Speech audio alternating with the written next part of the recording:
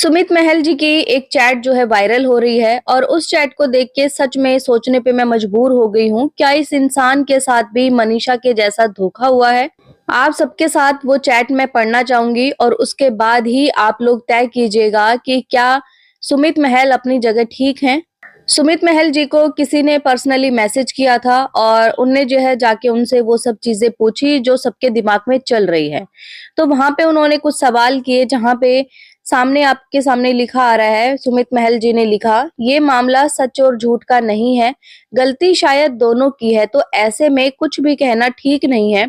मुझे स्टार्टिंग से कुछ नहीं पता, ना अभी किसी ने कुछ बताया। जो भी सुन रहा हूँ मैं मैं भी वाईटी से ही सुन रहा हूँ, तो आपको जो सही लगे उसके अकॉर्डिंग आप अपना रिएक्शन दीजिए। तो यहाँ पे देखिए इनका कहना यही है कि भाई मैं जो चीजें सुन रहा हूँ मैं भी वाईटी से ही सुन रहा हूँ, मुझे भी इन चीजों की जरा सी भी भनक नहीं थी। आगे उन्होंने बोला है कि मुझे एक रिएक्शन आपको लेके रियल वाला देना है, क्योंकि अभी इतने दिन के बाद भी आप अपना डिसीजन क्यों ले रहे हो भाई, ये तो जरूरी है ना। आगे इन्होंने लिखा है, लेकिन एक बात है, रियली आज की डेट में भी आप बहुत अच्छे इंसान हो। तो सुमित जी कहते हैं, अच्छा वो कैसे, मैंने तो अभी कुछ कहा ही नहीं है कहीं भी, ना वाईटी पे, ना इंस्टा पे, ना एफबी पे, तो मैं कैसे आपको लगा अच्छा इंसान। तो उन्होंने कहा कि आपके बारे में सचिन ने बोला है ना, आपने साथ दिया है सचिन का। वो कहते हैं, मेरी जगह आपके घर का कोई होता और बिना कुछ जाने उसे ये सब चले तो क्या फील करोगे आप। इमोशन सेम होते हैं सबके, तो वही फील करके बना दीजिए आप लोग रिएक्शन। फिर आगे उन्होंने कहा है, क्या इंसान हो आप सच में, आप भी तो नेहा से प्यार करते थे लेकिन आपको पता ही नहीं था कि वो ऐसी है। तो उन्होंने बोला है, लेकिन भाई आपको इतने साल में भी आपको पता नहीं चला, कैसे पता नहीं चला। तो वो कहते हैं, इसलिए तो ज्यादा शौक हूँ, लास्ट मोमेंट मोमेंट तक कोई कुछ नहीं बोला। तो फिर हुआ तो आपके साथ भी मनीषा के जैसा धोखा ही है। आपके सामने ये चैट है, क्योंकि इससे पहले बहुत सारी चीजें सामने आई थी कि सुमित और जो सचिन है वो दोनों मिले हुए थे, दोनों मिलके जो है नेहा को एक्सपोज करने वाले थे। लेकिन सुमित ने वही चीजें बताई नेहा के बारे में जो उनको पता थी। शायद जो है बिहारी नाम से नंबर फीड करना सचिन का, ये सब चीजें शायद सुमित ने बताई। फिर जो भी नेहा जो है सचिन को डेट कर रही थी वो सब बातें भी शायद सचिन को सुमित ने ही बताई। लेकिन मैं भी खुद शौक हूँ ये सब चीजें देख के कि भाई इनको कुछ पता ही नहीं चला। ऐसे कैसे हो सकता है, जबकि ये एक दूसरे को पहले से जानते हैं। सचिन की एक रिकॉर्डिंग में एक आया है कि ये लोग, इनकी अरेंज मैरिज नहीं है, ये एक लव मैरिज है। ये एक दूसरे को 4-5 साल से ही जानते हैं। क्या इनको जरा सा भी नहीं पता लगा? क्योंकि देखिए मनीषा अगर अपनी जगह है ना, मनीषा को इन चीजों की भनक लग चुकी थी। मनीषा को जब इन चीजों की भनक लगी तब उन्होंने जाके सरिता जेठू जी को बोला। सरिता जेठू जी ने कल एक वीडियो भी बनाई है कि ये तीनों मेरे घर आए थे। मनीषा ने अलग से मुझे कमरे में ले जाके ये सब चीजें बोला कि मुझे ये औरत बिल्कुल पसंद नहीं है, इसे बोलिए कि मेरे पति से दूर रहे, मेरे पति को फोन ना करे। तो सरिता जेठू ने क्या किया कि नेहा आशीष तिवारी को अलग कमरे में ले जाके उसको ये सब चीजें समझाई। फिर सरिता जेठू जी को फीवर आ गया, वो सोने चली गई। लेकिन जब वो सो के उठ के आई तो वो क्या देखती हैं कि ये तीनों एक ही थाली में खाना खा रहे थे। मतलब सरिता जेठू जी भी बहुत ज्यादा शौक हो गई।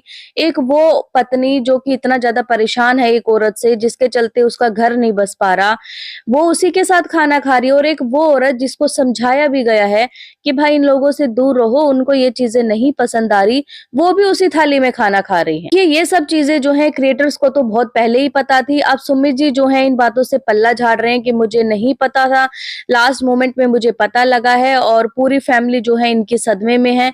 जगह जगह जाके इन्होंने रिएक्शन चैनल्स पे भी कमेंट किए हैं, 10-15 दिन का टाइम भी मांगा है कि 10-15 दिन का टाइम दीजिए, उसके बाद बताते हैं कि क्या करना है। जो भी फैसला होगा वो ये सब ही ले सकते हैं, क्योंकि देखिए यहाँ पे ना तो रिएक्शन चैनल किसी को सलाह देने के लिए बैठा है, यहाँ पे सिर्फ और सिर्फ वही बात की जाती है जो सोशल मीडिया पे आती है। जैसे कि सुमित जी की चैट आई तो ये आप सब लोगों के सामने है, लेकिन अब इसमें हम अपनी क्या राय दे सकते हैं, क्योंकि शादी करना ना करना जो लास्ट मोमेंट पे अगर इनको पता लगा है उसके बाद ये क्या डिसीजन लेंगे, वो सब इनके ऊपर है। ये जो इनकी एक सिस्टर है विन्नी नाम से जो जानी जाती हैं, उन्होंने इंस्टा से जो नेहा है उसको अनफॉलो कर दिया है।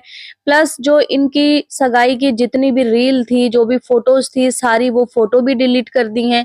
इनका अपना एक यूट्यूब चैनल भी है, यूट्यूब चैनल पे भी इन्होंने बहुत सारी सगाई की वीडियोस डाली थी, फंक्शंस की वीडियो डाली थी, वो सब भी उन्होंने वहां से डिलीट कर दी। ये सब चीजें डिलीट कर दी हैं। इसके बाद क्या समझे कि ये लोग जो हैं आगे इस रिश्ते को आगे नहीं बढ़ाना चाहते, या फिर ये कहें कि ऑडियंस ने भी उनको इतना ज्यादा परेशान कर दिया था।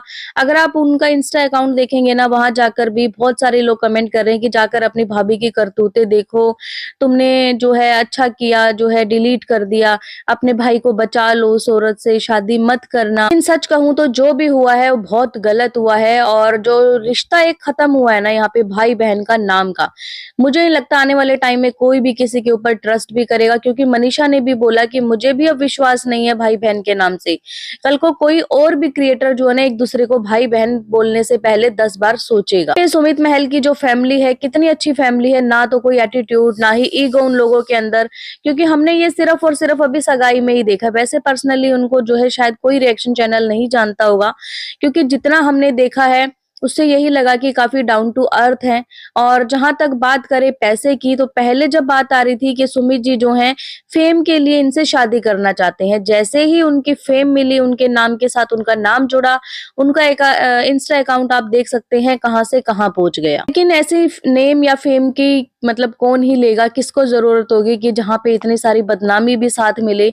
ऐसी नेम फेम से तो अच्छा है कि इंसान जो है सोशल मीडिया पे आए ही ना। कि सुमित जी ने इस चैट में लिखा है कि आप अपने ऊपर फील करके जो है रिएक्शन दे सकते हैं, आपको कैसा फील हो रहा है। तो फील जब किसी इंसान को लास्ट मोमेंट में पता लगता है ना, तो वो सच में ना तो वो इधर का रहता है ना उधर का रहता है, और सच में वो सोचने पे मजबूर हो जाता है कि आखिरकार ये मेरे साथ क्या हो रहा था। क्योंकि मनीषा को तो चीट किया ही जा रहा था, और कहीं ना कहीं मनीषा को अंदर से पता था। मनीषा ये भी नहीं कह सकती पूरे तरीके से कि मुझे जो है बिल्कुल कुछ नहीं पता था, जी नहीं। सरिता जेठू ने भी कल आके बोला है कि मनीषा को पता था।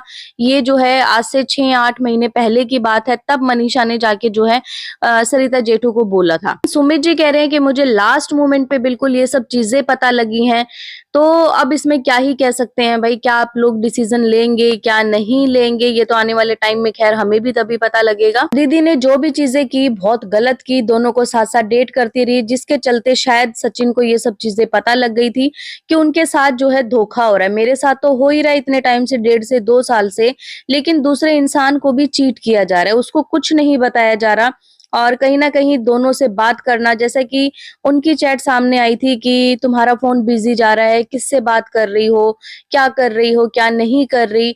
और सचिन मूव ऑन करने को तैयार ही नहीं था, लेकिन वो अब लास्ट मोमेंट पे जो है आके सचिन को छोड़ना चाहती थी, मूव ऑन करना चाहती थी।